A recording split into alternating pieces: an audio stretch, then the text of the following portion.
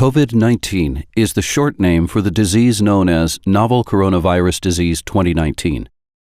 Coronaviruses are a large group of similar viruses. Some are known to infect humans, such as SARS-CoV and MERS-CoV. The one that causes COVID-19 is called SARS-CoV-2. All coronaviruses are named for the crown-like spikes that cover their surface, called spike or S proteins. Inside the virus, genetic material called RNA is made up of genes. Genes carry the information to make more copies of the virus.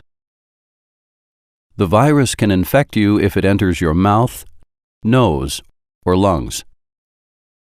Inside your body, the S protein of the virus locks to a receptor on the surface of one of your cells. This can trigger the virus to enter the cell in a couple of ways. It may cause the virus to fuse with the cell surface, then release its genes into the cell. Or the cell may pull the virus inside by enclosing it in a sac. Once inside, the virus can fuse to the sac and release its genes.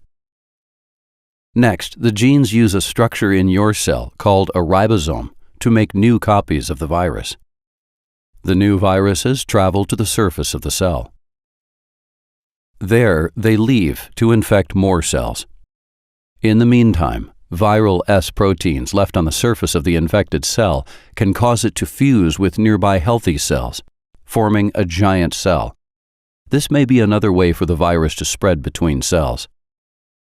People may be infected with COVID-19 for 2 to 14 days before symptoms appear. The three main symptoms of COVID-19 are a fever, cough, and shortness of breath. Other symptoms may include tiredness, body aches, stuffy nose, sore throat, diarrhea and vomiting, loss of appetite, and loss of smell. Most people have a mild illness and can recover at home.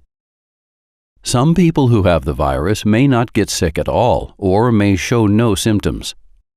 But if you have trouble breathing or any other symptoms that are severe, call your doctor or the emergency room. They will tell you what to do.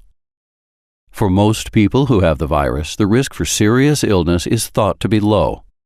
People 65 years and older may have a higher risk for serious illness.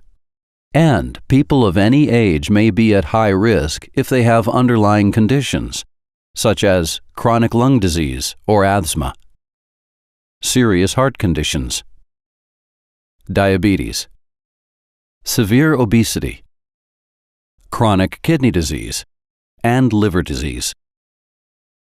High-risk groups also include people with a weakened immune system, including those on certain medications, such as corticosteroids, people in cancer treatment, and those with HIV or AIDS. Even if you aren't in a high-risk group, it's important to practice social distancing, which means keeping at least 2 meters or 6 feet between you and other people.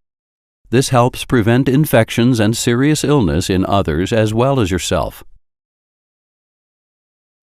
For up-to-date information about COVID-19 and other ways to prevent its spread, visit the CDC website at cdc.gov/coronavirus/2019-NCOV.